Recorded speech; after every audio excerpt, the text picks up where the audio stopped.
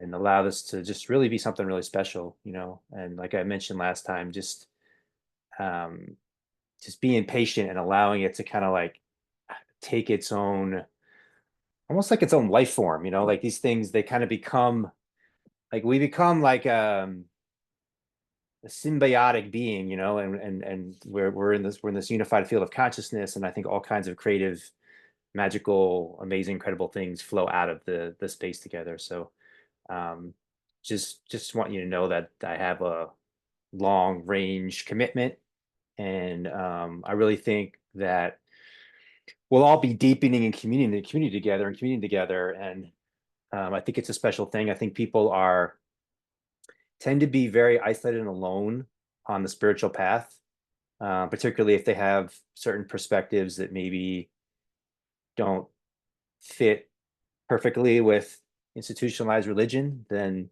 um, there's not many people you feel like you can talk to or ask the questions or explore things together or learn and grow together or bounce things off each other. And so I'm feeling it would be a special place for us to really get to know each other. And as we get to know each other more, there's more trust, there's more openness, there's more the ability to share things, um, to kind of ask the vulnerable questions and explore things that, um, there's a sense of safety to do that here. So so I feel excited about that, and just I guess I want everybody to know that that's already the case. But sometimes it takes people who don't, aren't as familiar. It takes them some time to kind of just rest into that and relax into that truth, and know that you can really be yourself, and that you're loved exactly as you are, it's supported exactly as you are, and held exactly as you are. And um and to me, that's what the essence of the community is about. So it's kind of like seeing, it's kind of like this, everything has a sort of like, there's a paradoxical truth to it. So I think the deepest essence of love between two human beings is like, you're accepting someone exactly as they are. So you're holding them exactly as they are and valuing them exactly as they are. So in other words, like, your value is inherent in you, in your beingness. It's not what you do or don't do, just your beingness alone. There's immense value, and we'll explain why that is as we go forward tonight.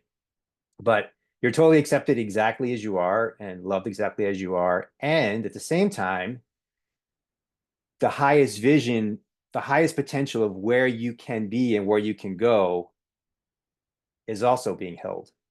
And I think when you hold those two things, that's the most powerful, dynamic love. And it's sort of the way I would kind of frame it would be the integration of the feminine and the masculine. So the mother, um, loves the child exactly. And I'm just being generalization. Obviously, I'm kind of polarizing two things that they're integrated at the same time. But the mother feminine archetype is holding and accepting the child exactly as he or she is. Um, and then the father archetype is there to kind of push the child to its highest potential, to be the best version of itself that it can be. And those two together. This, by the way, is why people this is a very interesting topic. There's so many things I can go such a deep dive on, but I just want to touch on this for a moment and we'll get into, I don't know if we can get into tonight at all, but I've really been thinking about, why is there so much, um, resentment toward the father, and why is there so much resentment toward God the Father, right? And I think this is part of the reason why, is because the mother energy is like very nice and sweet, and just kind of embraces you. And the father energy kind of pushes you a bit, kind of, it's a penetrative energy, but it's also energy of protection and safety. So it's like you kind of have to realize that if you don't realize that energy is coming from an energy of safety and protection and love and wanting the best in you, and it just feels like someone's trying to dominate you or make you do stuff or control you or manipulate you, it feels terrible. But if there is that foundation of love, of like, I see the best in you.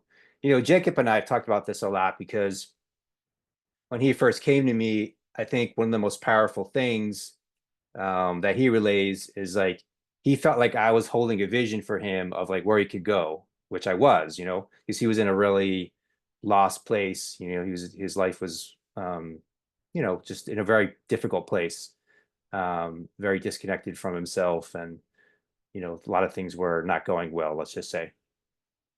And so I was like holding the vision of where he could go, and then that holding that vision, and then it's almost like you're literally like holding it for someone to see, and then they're like, oh yeah, I'm starting to see what.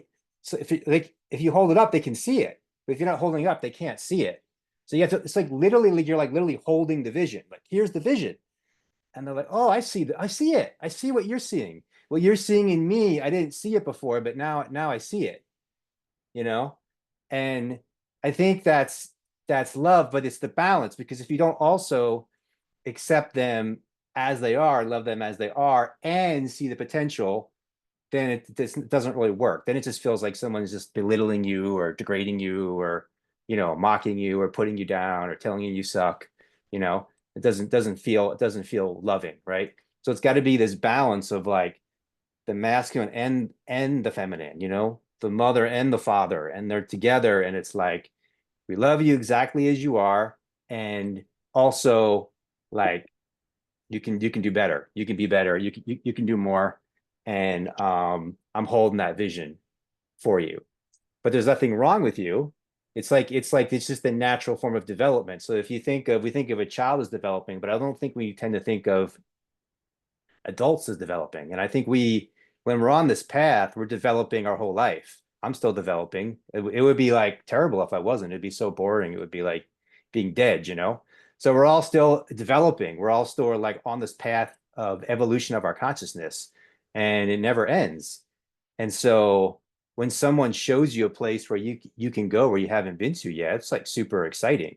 It's like inspiring. It's like um, we're called to step into the highest and best version of ourselves. Just like a flower is called to fully bloom. But there's nothing wrong with a flower that's not blooming. It's perfect. It's perfect as it is, but it's just a part of the process where it wants to fully bloom and open. That's just the nature of the flower, and that's just our nature. Like we're designed to fully flower and to fully open. So it's exciting to have this space to be diving in together in this way. Welcome to Geo. I think he's doing some different things today, so I don't know if he'll be able to pop on video or not. He's actually moving today. So, but anyway, if you're able to pop in, G, that'll be awesome. Okay, I want to talk about three kinds of spirituality. I want to start to kind of clarify um, what we're doing here, and you guys can help me to explain it to people too, so there's an understands what we're doing. So three kinds of spirituality. So one would be the kind of institutionalized religion, the bureaucracy of religion, and I think that could be really good for a lot of people actually. So what that is that's sort of like there's a set of beliefs, there's a set of laws, there's a set of rules. Some of them have lots and lots of rules, some of them not as many rules, but there's a set of some have lots and lots of beliefs, not as many beliefs. But there's a set of beliefs, there's a set of laws, there's a set of rules, and your job is to kind of remember to believe the things that you're told to believe, and to follow the laws of what you're told to follow. Um, and so then the New Age spirituality is kind of like it's kind of like the reaction to religion. So the thing that's kind of surprising to me is actually how similar New Age is to religion. So New Age has its own set of beliefs that you need to believe these different things. I wouldn't say there's too many laws to follow. Maybe there's like no laws to follow. Um, but there's a set of kind of dogmatic beliefs that you had to follow as well. And so then the third way is the way of the mystic. And the way of the mystic is our way. here. And the way of the mystic is realizing there's the potential for direct communion with the creator. Um, so which kind of makes sense, right? Because if we were created, then whoever created us, we would have connection to them. We would have a connection. We would have communication with our creator. And so realizing that we have this direct communication with the creator, that we have access to it, we've always had access to it, and we are not separate from God. We are not separate from our creator. And then the intention is to come into realization of that. So that's the truth, but the intention is to come into realization of that truth. So to realize we're one with God and to live from that place and be able to access that guidance in the moment, right? So we kind of know what's right from wrong, which direction to go, which decision to make, what to do, yeah, which path to follow. So that's the way of the mystic, and the mystic is representative in every religion. So, for example, in Islam, there's the Sufis. That's the mystical path in Islam of those who are experiencing or exploring direct communication with, in this case, Allah, right? And then there's the Christian mystics or Christian non-duality. I can go through all the different religions, but they all have this smaller subset of people that they're having this direct ecstatic relationship. It's like a love relationship, you know, um, with God. And that's basically what we're exploring. So you can maybe help me communicate that to people, because it's kind of interesting because people tend to kind of know the first two. So they'll kind of want to put you in one of those two categories. Either the the institutionalized religion or the new age, and those two don't like each other. So it's almost like politics where it's like you have the two parties, but there's actually like other candidates, but no one really knows about them too much. So they're just the two fight all the time. Um, so I think that's it's like, no, there's no need to fight. It's like there's this other way that there's no fight in it, you know? And it's that, and this way is not against the other ways too. I think you go through part of the journey where you can have some resentment toward where you came from and so forth. But I think that's almost that's like a stage of the journey that you mature through. And yeah, this is not a path of resentment toward anyone or anything. We honor everybody's. My feeling has always been, even from the earliest days of my coaching and working with different kinds of people from all different kinds of paths, is I'm very practical and pragmatic. So my feeling has always been with someone's spiritual path is it working for you? You know? And it's like, if it's working for you, then keep doing it. And if it comes to a point where it's not working for you, then stop doing it and try something different. Because different things are gonna be valuable for you at different stages of the journey. Just like, there can be a book that someone just blows somebody's mind, and it just, changes their life forever. And someone else is like, I didn't get it. I didn't get it. I didn't get it at all. It made no sense to me. I got nothing out of it. Right. So is the book good or bad? Well, it depends on where you're at on your journey, you know? So I think there's an openness to that realization that um, different things work for different people. There's no reason to resent people that are doing something different than us. But I do think that this is to be able to explore that direct realization and that direct relationship is an exciting path to be on, without the need for the middleman, right? Um, so yeah, so I want to touch on, just kind of start with, follow up when we started on last week, talking about like what is God, defining God, talk about a couple more things, kind of go deeper there, and then we'll open it up for some communication and some conversation, questions, answers, comments, whatever you guys want to share or explore related. So we were talking about how we're defining God being there was this question of, is there a loving presence at the heart of creation? Right. And me saying that like that's the most fundamental question, or one of the most fundamental questions that you can ask. And if there's not, then it's just a really horrific existence. It's really like being in hell.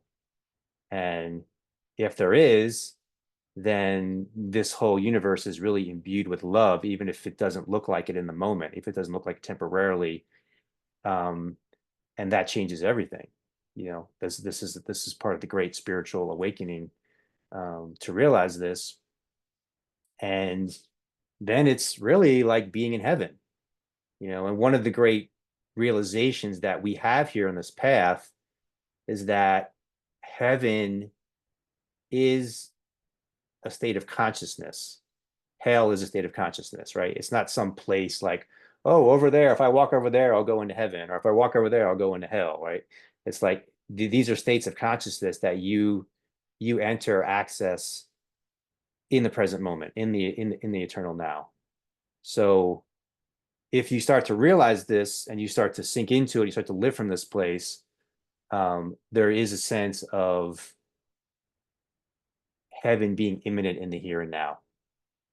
Um, and the thing that I think is the intention or the purpose of the group is to transcend suffering. Like if someone asked me in a sentence, what's the purpose of the circle? I would say it's to transcend suffering, and for us to realize that there is a path to that and there is a way to that, and that we're called to that.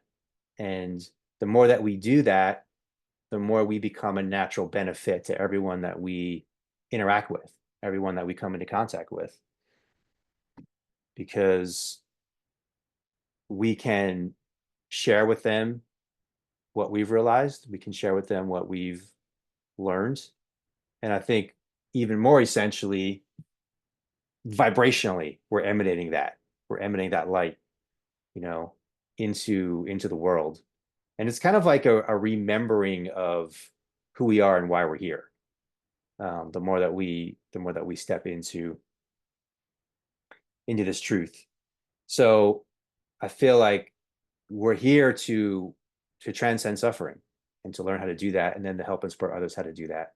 And the way to do that, you can talk about it and define it in different ways, but one good way is to talk about this loving presence that's a source of creation that I call God, right? So realizing God is the loving source, the loving presence at the heart of all creation, that then emanates everything out of that.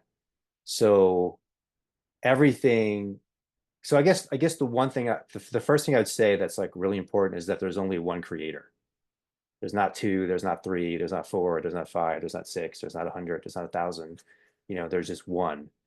And this is kind of like one of the great realizations of the Abrahamic religions. Christianity and Judaism and Islam was like one God, right? Where the pagans before that had hundreds of gods, right? So you might say, well, what's the problem with hundreds of gods? Well, if there's hundreds of gods, then there's like good gods and bad gods and evil gods and angry gods and vicious gods and funny gods, and there's all kinds of different gods, and they're all kind of like battling and warring with each other, and you have to kind of like choose the god over the bad guy. So basically it's a world of division and separation, and what we'll realize is like really the fear and the suffering comes from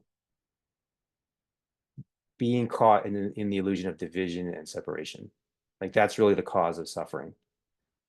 And so when you start to realize, oh, there's only one God, and God created everything, and this God is love. Like I said last week, in the Bible, it says God is love, period. That's really all you need to know about who or what God is. God is love. So then there's only one God, God is love. That means everything that was created by God was created in love.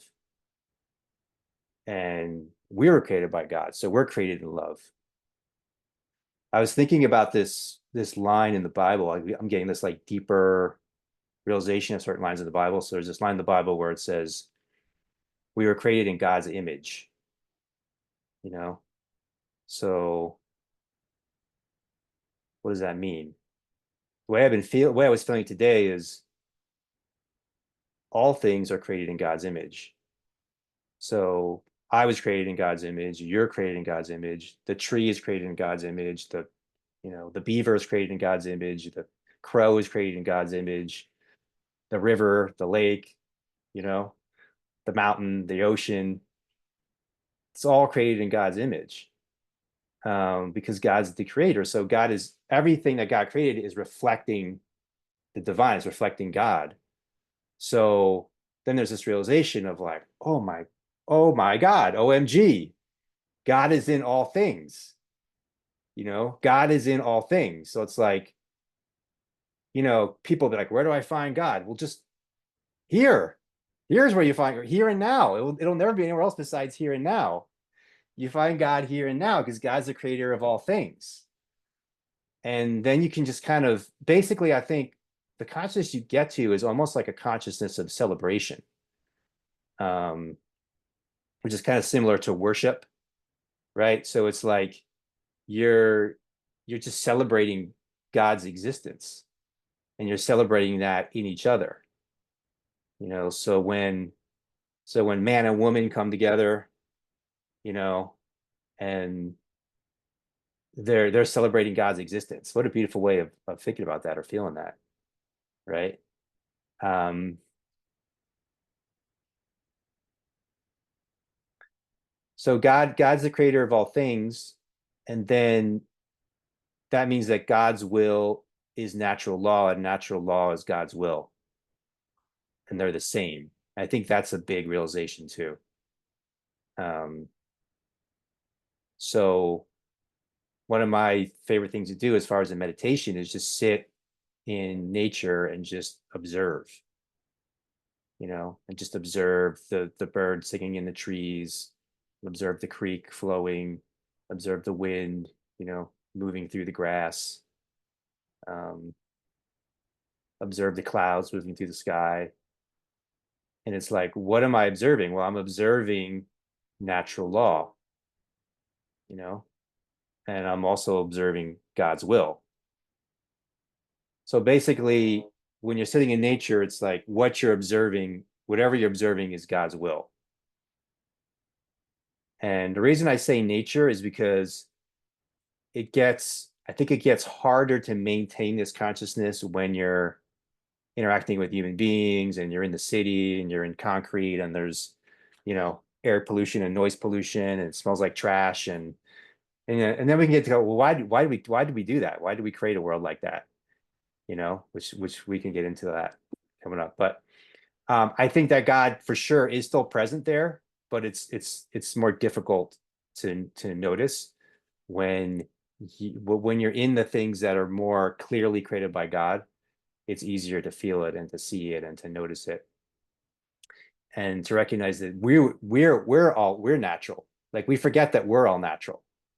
You know, our bodies are natural. Our bodies are made in the same way that the trees are made in the forest and the lakes and the rivers. So um, we can celebrate God's existence, this emanation of ecstatic love through connecting with our own bodies, through being present with our own bodies, which is interesting because there is this religious tradition of like the body is bad, the body is evil, and that it's a problem. Um, but it's not a problem. It could be a problem if that's all you think you are. Like if you don't realize that you're the spiritual essence, that you're not just the body. Um, but if you recognize that the body is just a temporary manifestation of the divine, then yeah, it's a beautiful expression to have. So, okay, the last part of this is just natural law is God's will. God's will is natural law. And what's happening then is like you're kind of like observing God's will. And I think the interesting thing here is this kind of ties into the ego and humility and our own arrogance. And we think the ego, which is the illusionary sense of a separate self. So the me thinks that I know the way it's supposed to be and I know the way it's supposed to go. And I think this path is such a profound path of humility. Um, it's a path of letting go more and more and more of the way you think it's supposed to be. And the way it is, the way it's happening is the way it's supposed to be. Because how could it not be? How could it not be? Because that's what's happening. It becomes kind of like that simple. So basically, the key is to be really present and to be in the moment and to be with God's will in the moment. What's happening right now is God's will, and being in a space of acceptance, being in a space of trust, being in a space of um, some people, you can use the word surrender, right? There's different ways of saying it. Being in a space of letting go, being in a space of allowing. And then there's kind of like there's this rest. There's this kind of, it's literally like a rest, like, oh my God, I've been like struggling and fighting and pushing and why was I doing all that? I thought that I thought that I knew it all. I thought that I knew the best way. I thought that like, you know, this is wrong and that's wrong and critiquing this and like um I can just rest in this moment and just trust that God's got it, you know, God's got it. And um through being present, then I'm able to listen for God's guidance in myself because again, the same intelligence that created this incredible universe created me. So I was talking with this client and we had this great moment where we were both lighting up and I'm like, your your body is a history book. Like your body is a history book of the entire universe. Like everything that's ever happened in the entire universe is inside your body. It's in your DNA. Your DNA, encoding your DNA is like the memories of this whole thing. Everything that's ever happened is in your DNA. You have access to all of it. So just being able to be still and be present and what we could call prayer, right? Just be able to listen and be like, what should I do now? Which direction should I go? What's the best thing to say here? What's the best, like having that space to just be quiet and still and present and listen for God's guidance. Um, and if you're quiet and you're still and you listen, there is an answer and the answer is there. And the more you can like tone into that, the more you can follow that. Now that's the key because if you listen and you hear it and you don't follow it, not a good move. Things are going to feel very painful. It's one of those things where like they say ignorance is bliss, you know?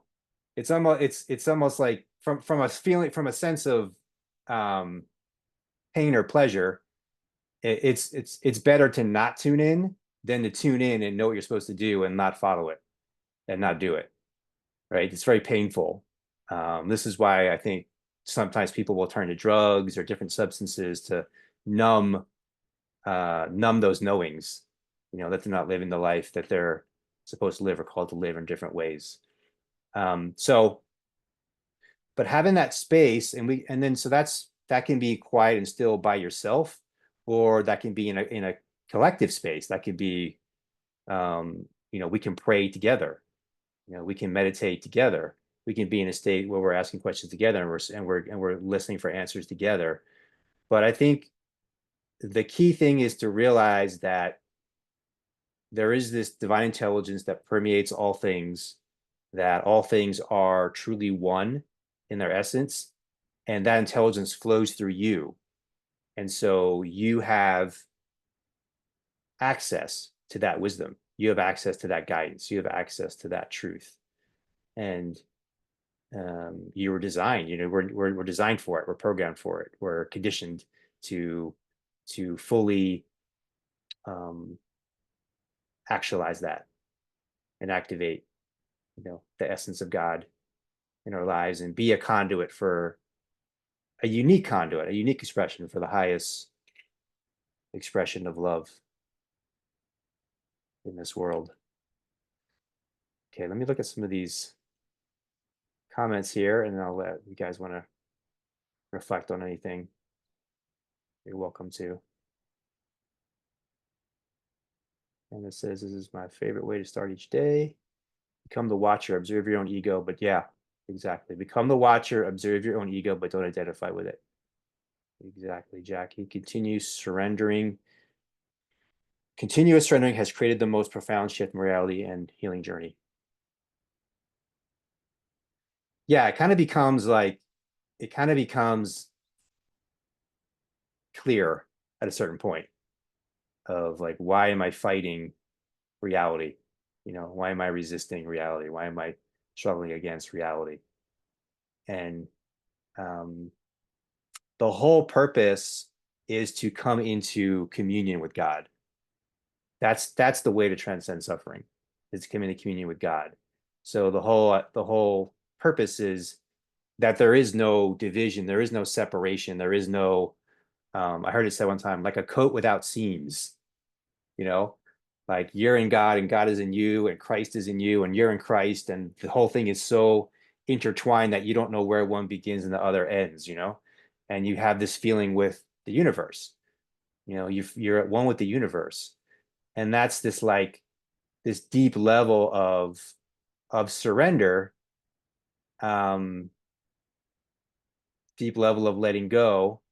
But I think the only way it makes sense is if you realize who you're surrendering to and what you're letting go, why you're letting go, right?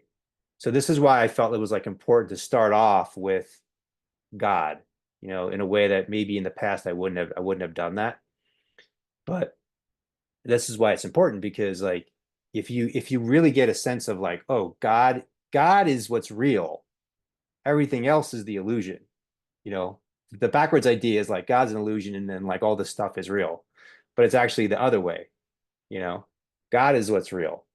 But God is not something you can conceptualize. God is not doesn't have a form or a shape or a size.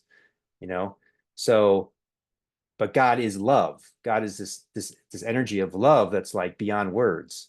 And so the more that you tune into that, then you're naturally going to be like, well, yeah, take over, take the wheel. What's that one song, country song, Jesus Take the Wheel? It's like, it just makes sense it makes sense. But if you don't know what else yes is out there, um, it's interesting. I remember, Jeff and I, but I've also had this conversation with other people too, where it's like, there's people that will say don't meditate, or there's like a fear of meditation.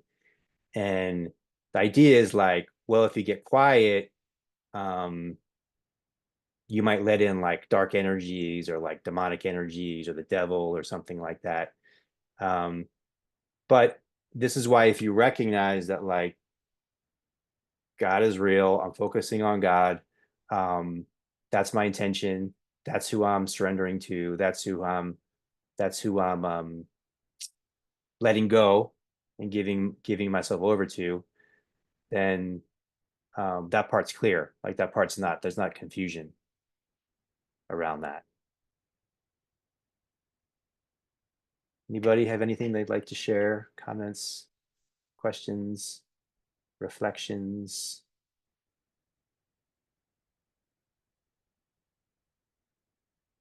We'll look at some of these Yes, comments. Jackie. God is in the darkness. And that's where I found God. Like that's Yeah. that's where God found me and I found God. Um and what a powerful like realization I just came to, Brian, hearing you share that. Like it was always my destination to be in communion with God. It was always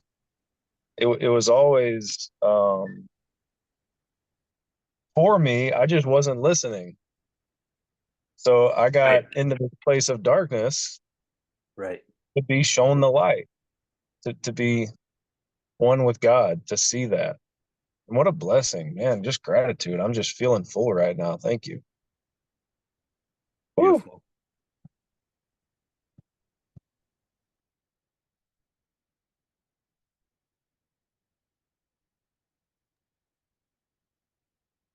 Hey, Jacob. I mean, hey, can you hear me? Yes, we can. Oh, yeah. I mean, just remember, I've heard it said that we only have one problem. We think we are separate from God, right? Yes. Amen. That Amen. that's the only problem.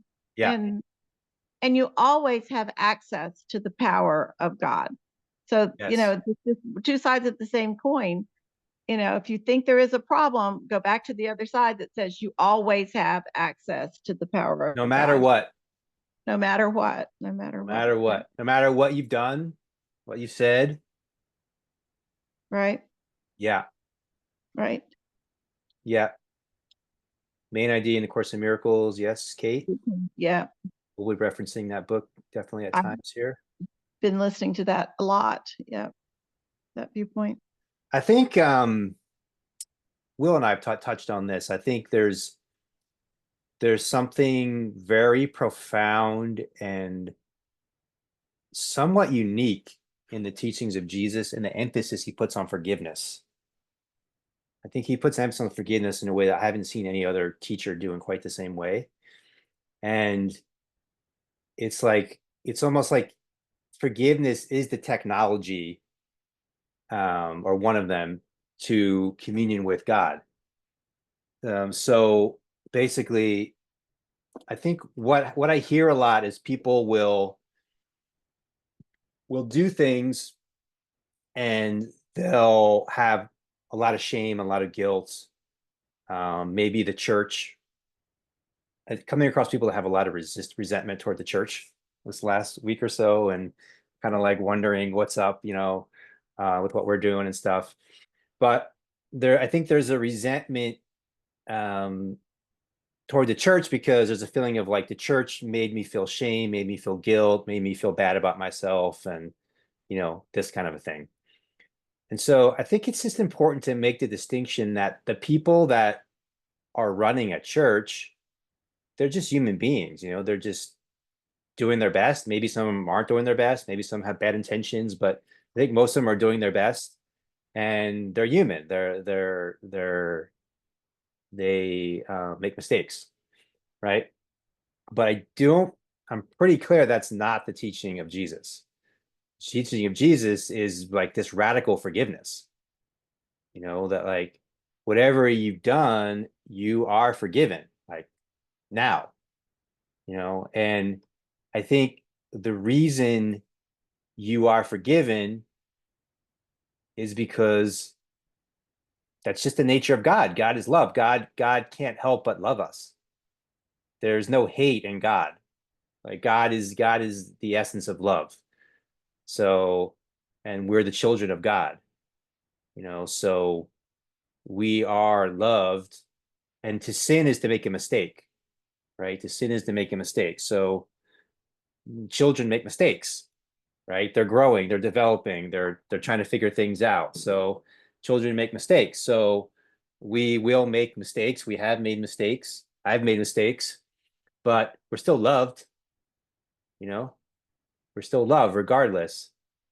And I'm trying to remember that the line that I would say a lot. I don't know if Annie's present at the moment. She can remind me. But there's this line I would say, like something about how God is ever present.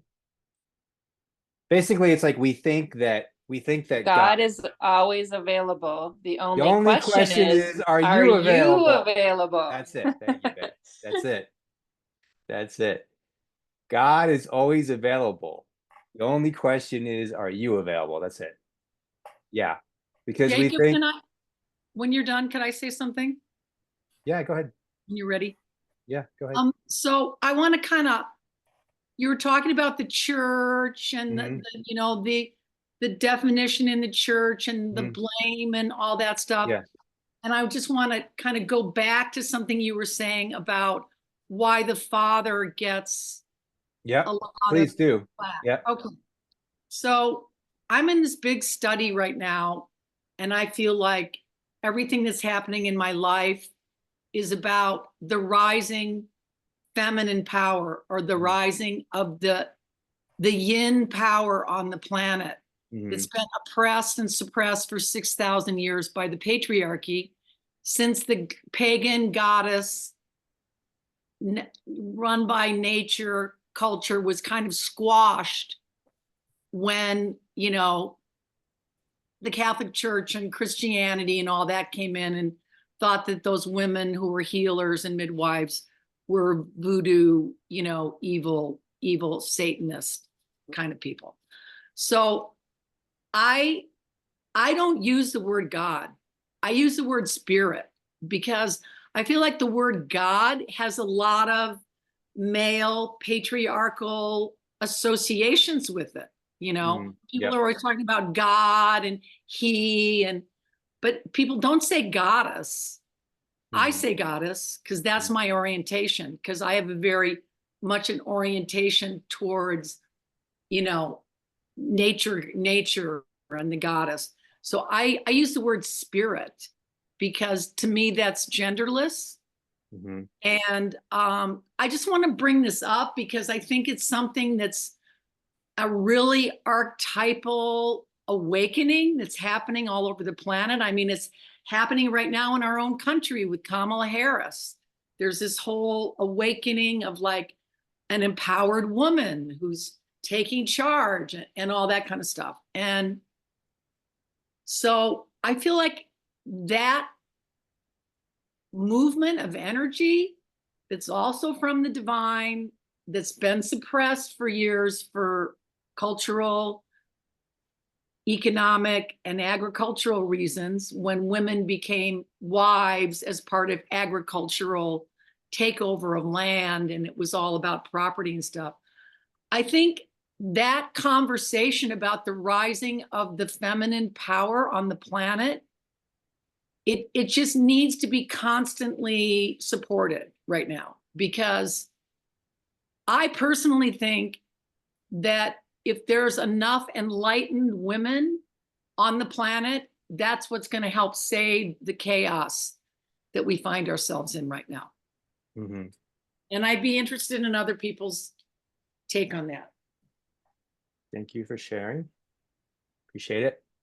I think that to me, it's like pretty simple and basic. It's like basically we need the power of the feminine, we need the power of the masculine, and we need them to be in synergy together. And there's really not much more to it than that. But I think what happens is when we get in the energy of division and separation, then it's like, I need to get more power, so I need to take your power. Or if you get more power, I'm losing power. If I'm gaining power, you're losing power. So this happens in all kinds of different ways of division and separation. And it can happen with genders. It can happen with masculine power and feminine power. And I think it's just really clear that if the feminine becomes more powerful, it's the polarity is like it's like if the feminine becomes, if this pole becomes more powerful, it makes this pole more powerful. And if this pole becomes more powerful, it makes this pole more powerful. So I think that if the feminine becomes more powerful, it makes the masculine more powerful. However, I also think if the masculine becomes more powerful in the true sense, it makes the feminine more powerful as well. But we have this kind of like immature masculine that like is like, oh, you're getting more powerful, I'm losing my power, let me try to control you and make you put all this, and the same thing can happen with the feminine as well. So I think it's like really one of the primary intentions for me of this space is to see something that is this powerful synergy of the masculine and the feminine together, which, to be honest, I don't know if I've ever seen it in a group. Because I agree with you that in the traditional religion, the feminine isn't fully empowered and fully honored. But then when I go into the New Age scene, the masculine isn't fully honored and fully empowered either.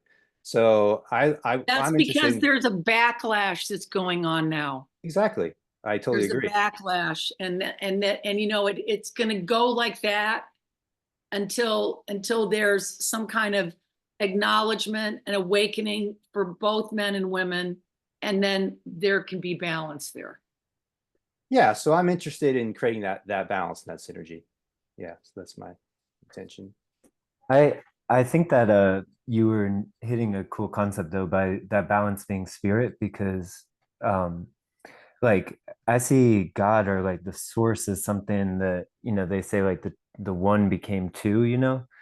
So it's like in a sense, like spirit is the only you know, it's like the one. Yeah, I mean, the one thing I think we should all cling to is beyond, you know, ourself or something. And then recognizing that everything that comes from that, you know, the masculine and feminine, they create each other. We, you know, we are each other.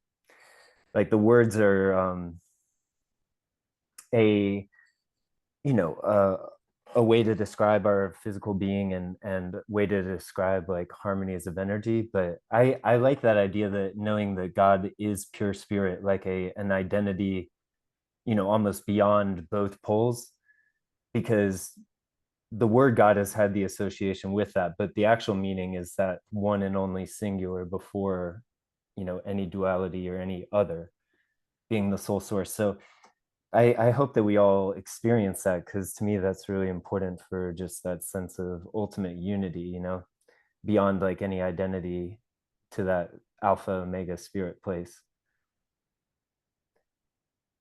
We're going through it in our world right now though, with yeah, so much awareness coming up about imbalances, you know. So but spirit is the great balancer, right? The one that gives eternally. Anybody else have any reflections, comments, questions?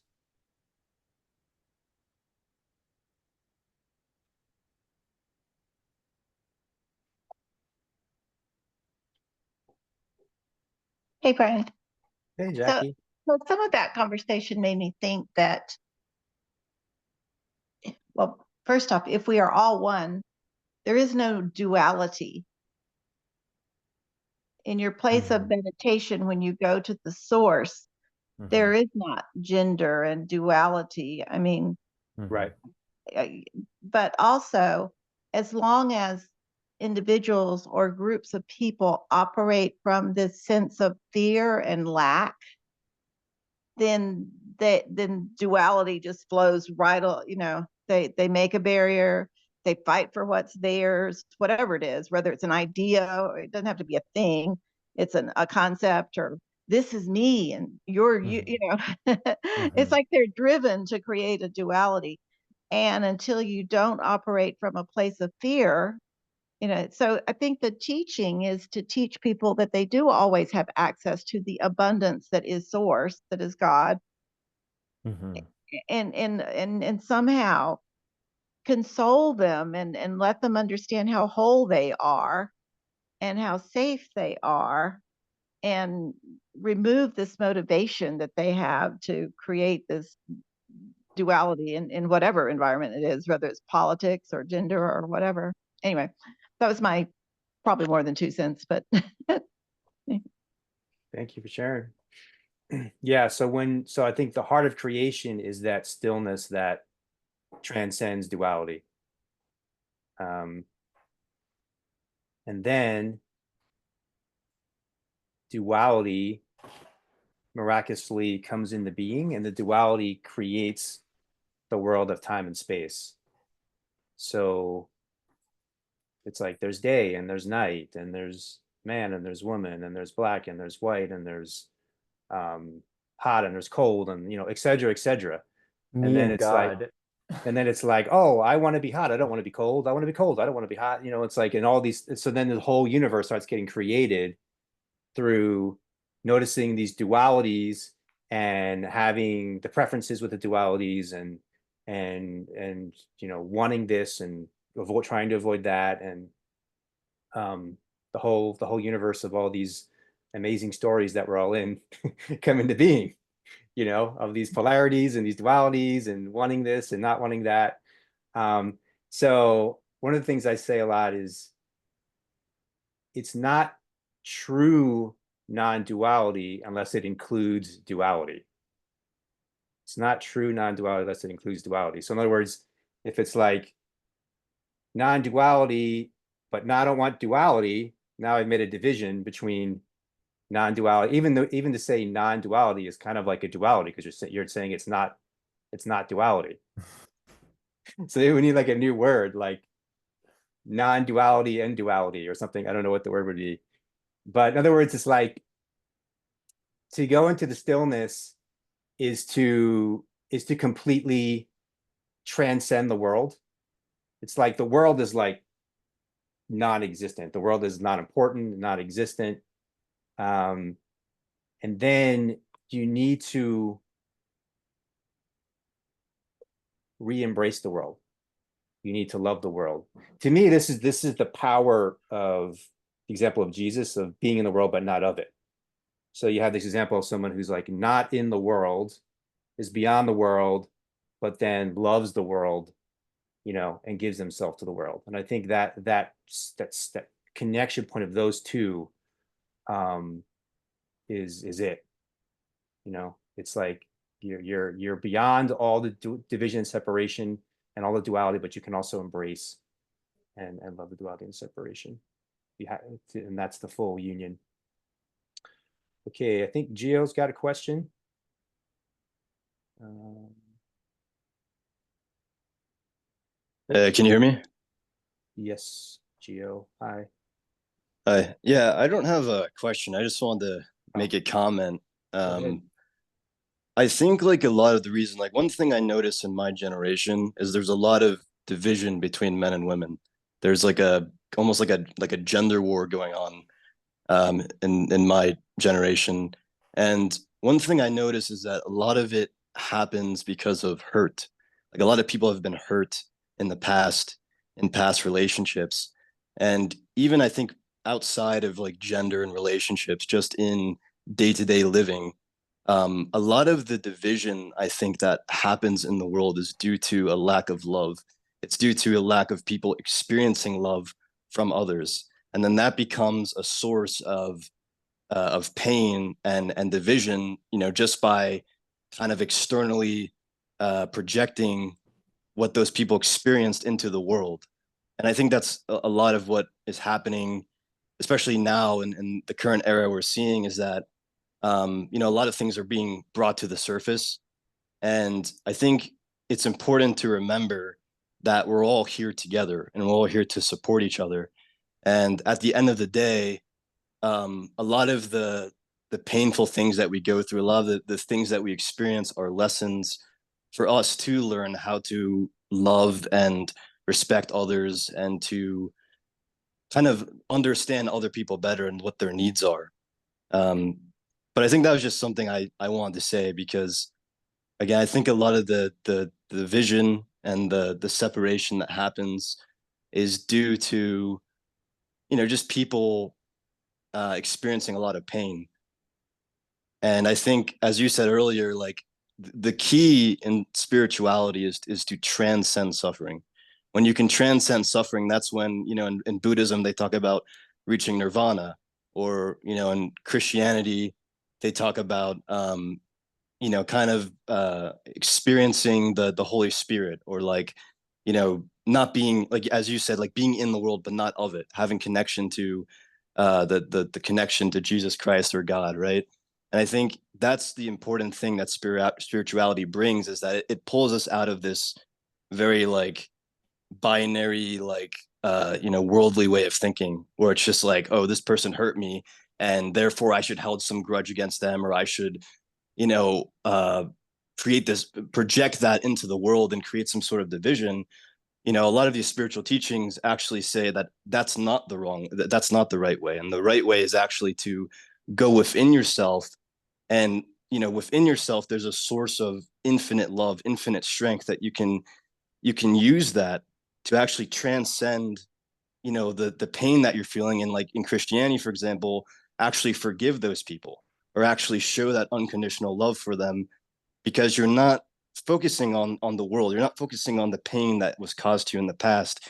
You're focusing on the deep spiritual you know, connection that you have within you, and using that transcend that and be a loving person, and to also have that connection in yourself as well, that unity with God and yourself. Beautifully said, Gio. Beautifully said.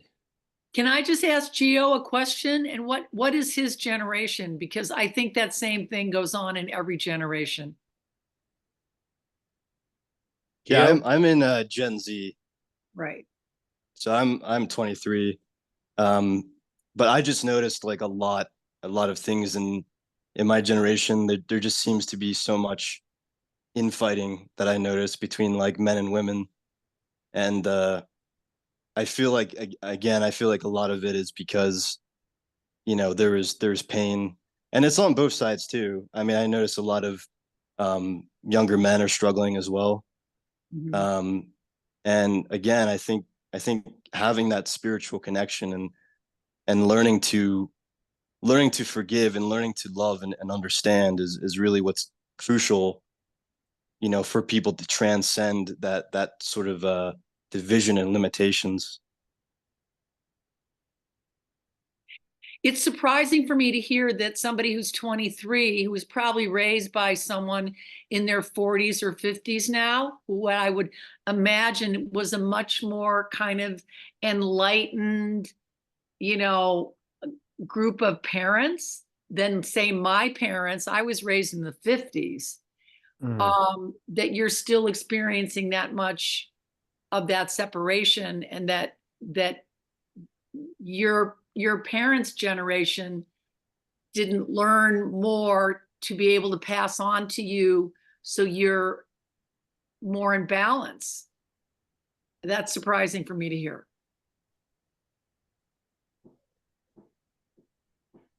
Any comment on that, Gio?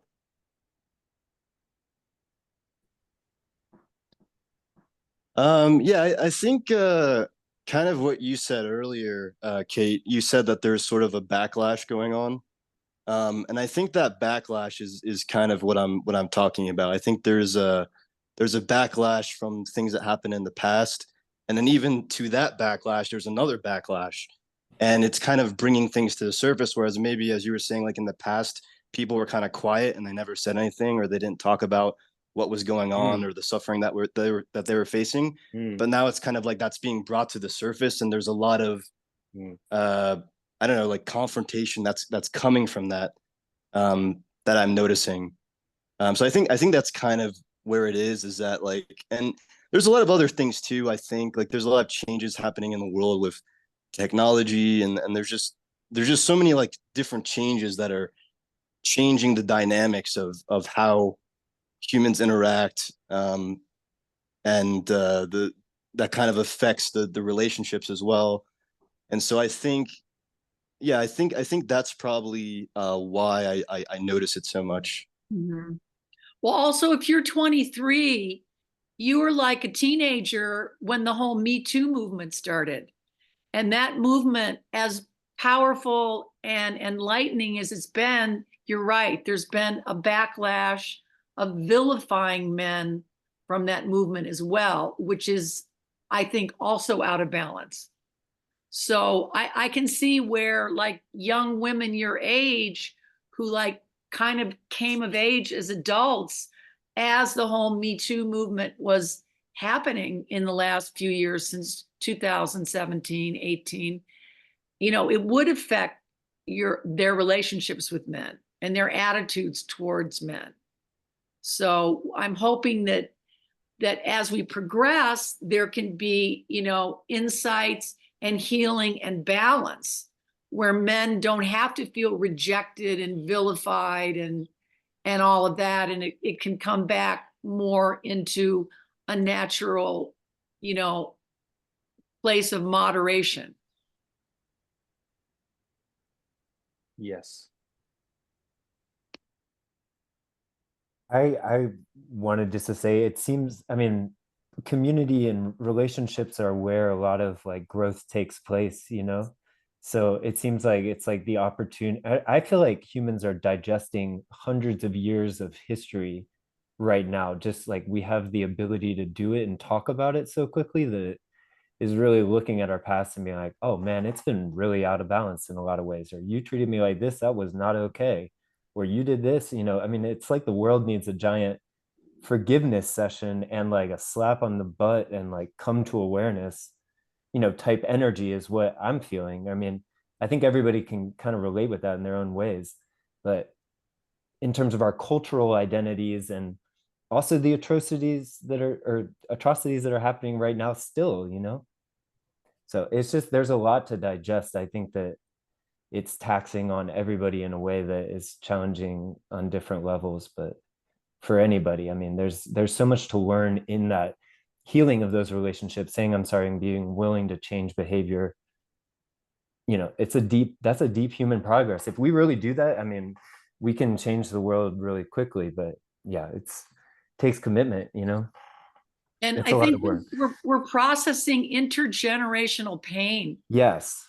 from the past. I mean, Deep, deep, it's deep. It's so so deep, deep. Yeah. profound, you know, that we are actually processing stuff that our ancestors were in survival with, and there was no way they could even do that. And I'll True. give one quick example. Probably a lot of you know about family constellation therapy, where you get in a room and there's a therapist, and Mhm. one person works with the therapist, and you choose people from your life or your family or your circle in the group to represent people, and you place them in different places in the room. And Mm. then by some miraculous process, these people almost start to channel those people. Wow. Yeah. So I did that a few months ago. I've done it before, and what came out of that was great great grandmothers, great grandmother, grandmother, my mother, me, and it came to me, and I am the first woman Mm. going back all those generations for hundreds of years that has been in a cultural environment where I can be independent, I have autonomy, I have control over what I want to do. I don't need to have a man or a husband. And this is literally hundreds and hundreds of years, you know, that's gone on. And I'm the first generation in my family on the female side that's ever had that. And it's 20, you know, it's 2000 something. So, and I think all of us in our own way are processing some of that kind of stuff. People who are Jewish have their whole background. You know, people of color have their whole intergenerational wounding trauma that's, you know, they're in touch with and bringing forth. And I mean, I think that's part of the enlightenment of the age, of the new age or whatever, that you know, we're in a place where our physical needs are mostly met. You know, we're not working on farms all the time. We're not living out, you know, on the prairie or whatever.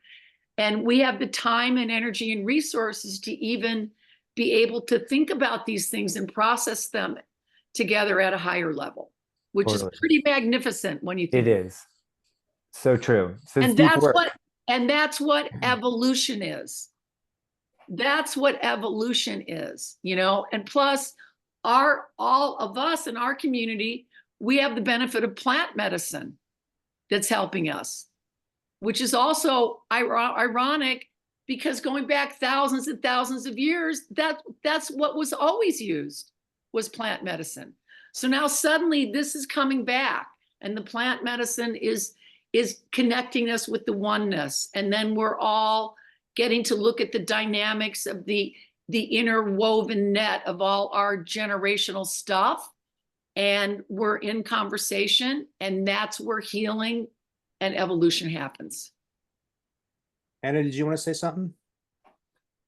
Yeah, I was just going to say, Kate, you are bringing up some really cool points. And I think this whole conversation is really cool. Even being a younger female, watching my like matriarchal women in my family kind of switch gears a little bit and say, hey, I'm no longer going to do full-time work and come home and do full-time home, right? Like I need some help, I need some support, and really asking for that.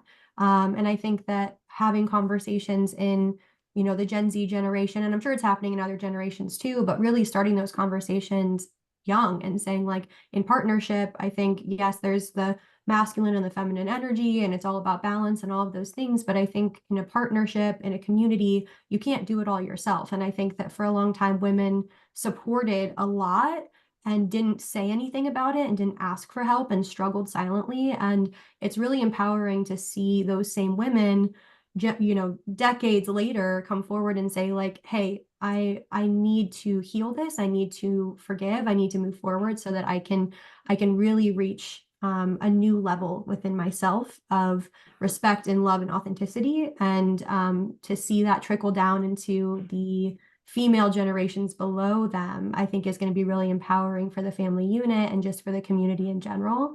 So it's a really, really cool shift to see happening.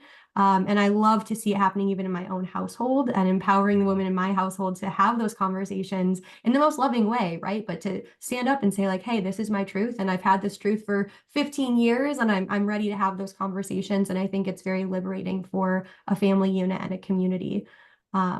So yeah, I just wanted to share that. And also I did family constellation therapy and had some ancestors come in. It was actually male energy come in and encourage those types of conversations and say, you know, there was a lot of disconnect happening in those types of relationships because those conversations weren't had. A lot of the men didn't feel comfortable sharing their mental health struggles and their emotional health and all of those things. So really empowering that channel to come through and have that so prevalent now is really beautiful. So it's a really cool time to be alive and to witness it all unfold. Yes. Yeah, love is a really interesting thing. Like it seems like it's pretty simple maybe, and it's like a rabbit hole goes deeper and deeper and deeper and deeper. Like, you know, like this, I'm thinking of the saying in the Bible, love another as you love love your neighbor, or love another as you love yourself, right?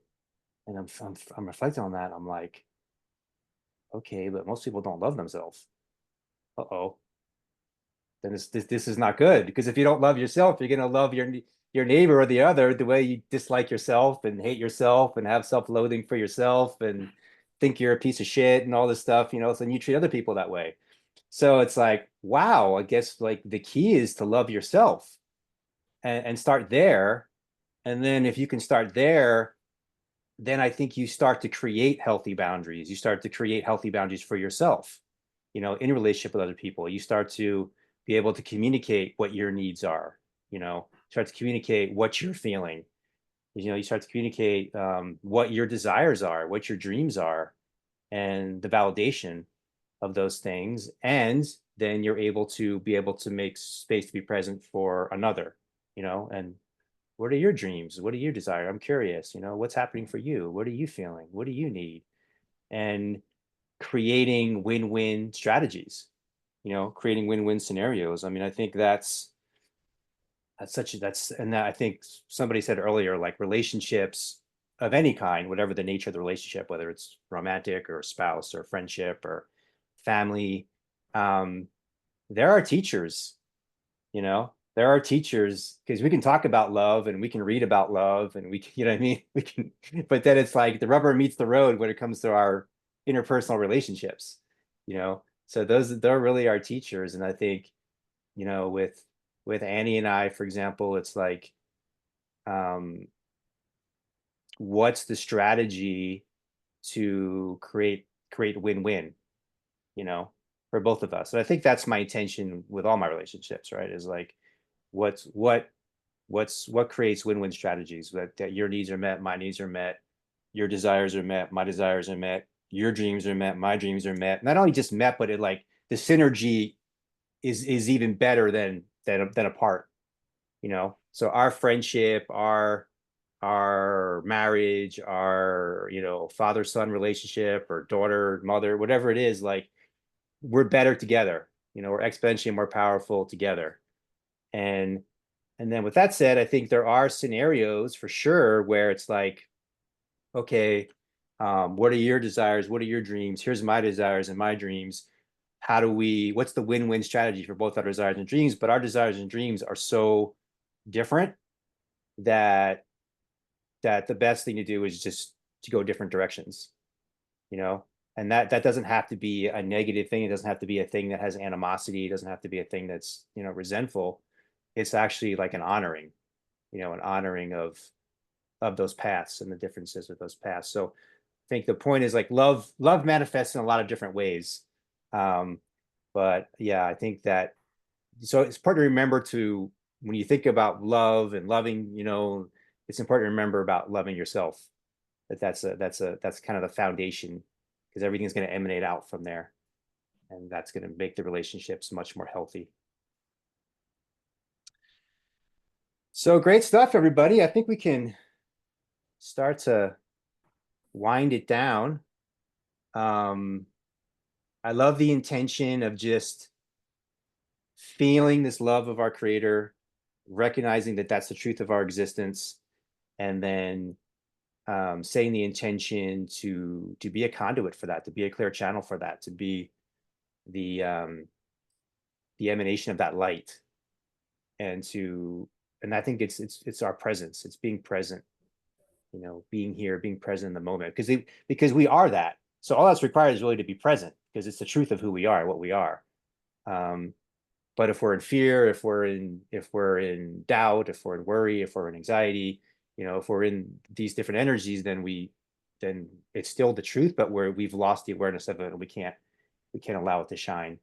So just setting the intention together to allow this love, to allow ourselves to be a clear conduit and vessel for this love to shine through us, with whoever we come in contact with the rest of the evening, the rest of the week, and beyond going forward, and that we hold each other in our hearts, that we're supporting each other to manifest this together. Yeah, it's a beautiful feeling to feel like you're on this path together and you're not alone on it. So let me just give you a couple announcements quick about ways to plug in more. And then in the future, if you guys have things that you want to share, that are happening, different events that are resonant and so forth, we can make space for that as well. So I do personal coaching and couples coaching. We also do breath work, personal sessions and group sessions. And if that interests you, feel free to reach out. Have a men's mastermind group. Several of the guys here in that. The Telegram group I mentioned, I can put the link to that or just actually message me if you're not in the group already. This will get shared as a podcast on the YouTube channel tomorrow, so you can listen to the playback or share it with other people. There's some upcoming public events happening in West Virginia, Boone, North Carolina, Atlanta. New Year's retreat in Black Mountain is going to be awesome. I already see some of my favorite people here. They're going to be there for that, so I'm excited about that. And do want to do a retreat here at our place in the mountains. So I'm going to commit that I'm going to get something up online by next Thursday. Brian, can I ask you, where are you?